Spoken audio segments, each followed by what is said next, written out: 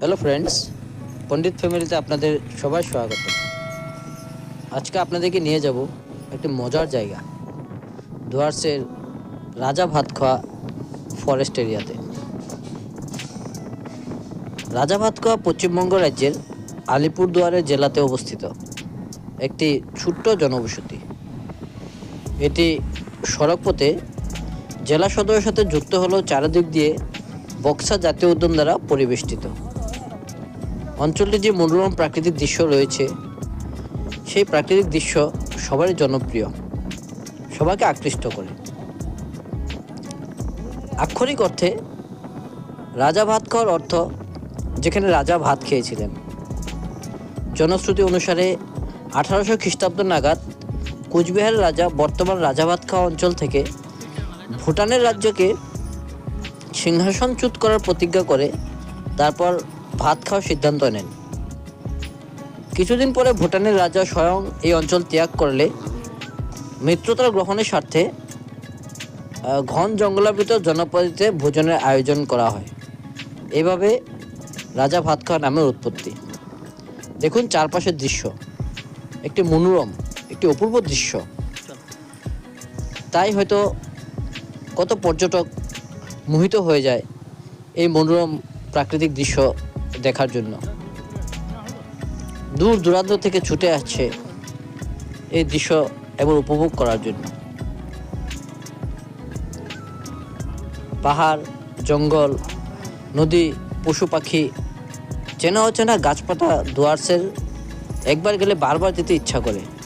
নদী অরণ্য এবং সবুজ চা বাগানে গালিচার মাঝে ম্যাচ, রাবা, ওরাও, টোটোদের বাসের দৃশ্য জনপ্রিয় মানুষকেও বারবার আকৃষ্ট করে। কপাল ভালো থাকলে রাস্তার মাঝখানে আপনারা অনেক ধরনের জীবজন্তু দেখতে পাবেন।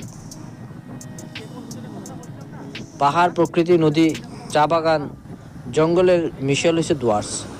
বারবার আপনাকে স্বাগত জানাবে।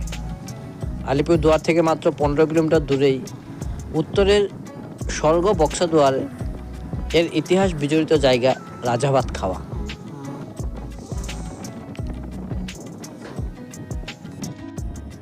রাজা ভাত খাওয়া নামটি কুচবিহার এবং ভুটান রাজ্যের সম্পর্কের ইতিহাসের সঙ্গে যুক্ত।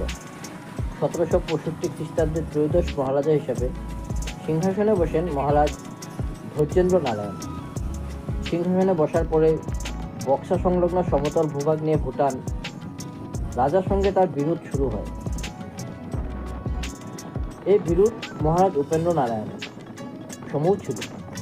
আলিপুরদুয়ার সংলগ্ন চেচাখাতা কুচবিহার রাজ্যের সঙ্গে ভুটান রাজ্যের বার্ষিক ভোজন সভার আয়োজন হতো।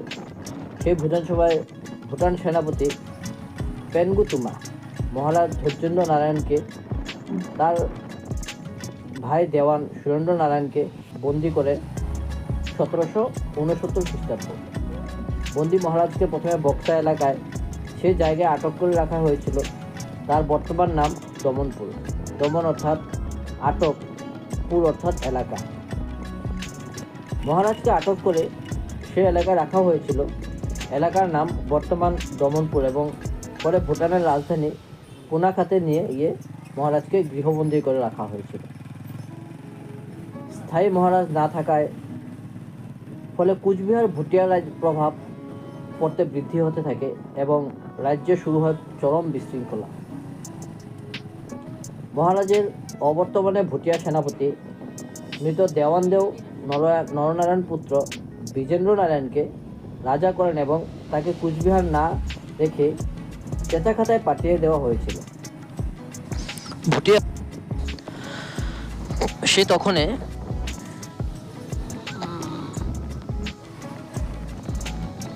গীতালদহ, ফালাকাটা, লক্ষিমপুর, ডালিমকুট, পাগলাহাট দখল করে নেয়।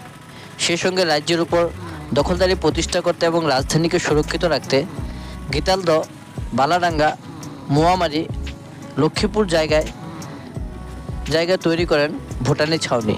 এমনকি রাজবাড়িকেও সুরক্ষিত রাখার জন্য রাজবাড়ির চারদিকে বিষাক্ত খুঁটা পুঁতিয়ে রাখা হয়েছিল। ভুটান সেনাপতি পেনগুতুমা ভুটানে মহারাজ দেবরাজকে সকল বিষয়ে অবগত করার জন্য ফিরে গেলেও মহারাজার ভাগ্নে জিম্পেকে দেখভালের জন্য রেখে গেলেন। তার অনুমতি ছাড়া কোচবিহার রাজ্যে কোনোই কিছু সম্ভব হতো না। এমন অবস্থায় রাজপরিবার মহারাজাকে উদ্ধার করার জন্য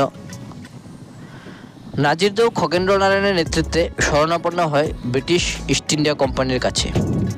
ইস্ট ইন্ডিয়া কোম্পানি মহারাজকে উদ্ধারের বিষয়টি প্রথমে আগ্রহ দেখায়নি, কিন্তু ব্যবসায়িক ও বাণিজ্যিক স্বার্থে রেলপথ নির্মাণের কথা ভেবে কোচবিহার ও ভুটান বিরোধে কোম্পানি কোচবিহারের যে পক্ষ নেয়।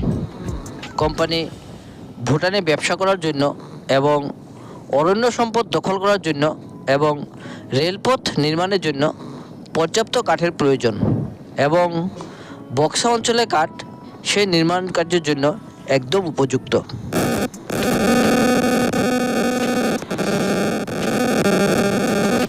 সতেরোশো ৭৩ খ্রিস্টাব্দের 5 এপ্রিল মহারাজা এবং দেওয়ানদেওকেও উদ্ধারের জন্য কোম্পানির সঙ্গে কোচবিহার রাজ্যের চুক্তি স্বাক্ষরিত হয়।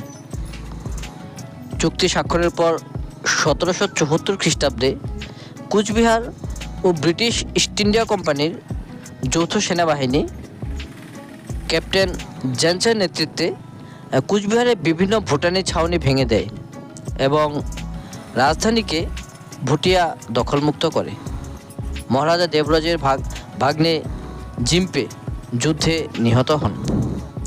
যুদ্ধের পর রংপুরের ক্যাপ্টেন মিস্টার পার্লিং ভুটান রাজাকে এই মর্মে চিঠি দেন যে অতি দ্রুত মহারাজা এবং তার সঙ্গীদের মুক্তি না দিলে কোম্পানি ভুটানের রাজধানী পুনাখা দখল করে নেবে। সমতল ভাগ থেকে বিতাড়িত হয়ে ভুটান রাজা তিব্বতীয় কর্তৃপক্ষ ত্রিশুলামার মাধ্যমে কোম্পানির সঙ্গে সন্ধি করতে বাধ্য হন। দেখুন জঙ্গলের চারপাশটি আমরা রাস্তাঘাট কত সুন্দর এবং সত্যি একটি মনোরম দৃশ্য। বিকালবেলার সেই দৃশ্য আপনাকে নিশ্চয় আকৃষ্ট করবে, মন আপনারও মোহিত হয়ে উঠবে। এই জঙ্গলের মাঝে মাঝে আমরা চলেছি।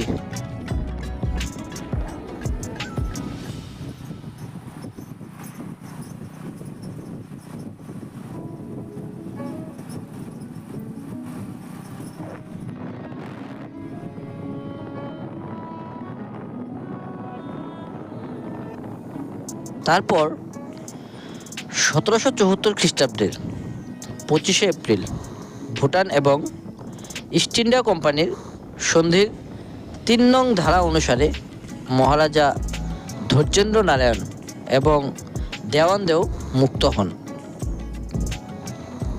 ভুটান থেকে মুক্তি পেয়ে মহারাজা ধৈর্যেন্দ্র নারায়ণ এবং তার সঙ্গীরা বক্সাদুয়ারের পথে অগ্রসর হন। রাজপরিবার এবং কর্মচারীরাও মহারাজার মুক্তির খবর পেয়ে মহারাজকে অভ্যর্থনা দেওয়ার জন্য বক্সার দিকে অগ্রসর হন। বন্দি অবস্থা থেকে মুক্তি পেয়ে স্বদেশে চেচাকাতার সন্নিকটে প্রথমে অন্নগ্রহণ করেছিলেন। কোচবিহারের অন্নগ্রহণের পর থেকে এই জায়গার নাম হয় রাজা ভাত খাওয়া। ঐতিহাসিক এই জনপদের নামকরণ নিয়ে দ্বিমত নেই।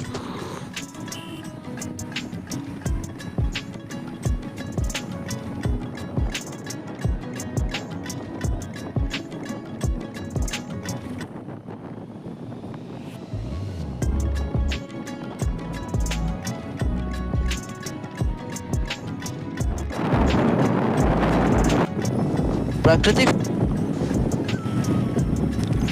রাজা ভাত খাওয়া সভ্যতার বিকাশে রাজা ভাত খাওয়া আজ আলিপুরদুয়ার জেলায় পর্যটকদের একটি দর্শনীয় স্থান।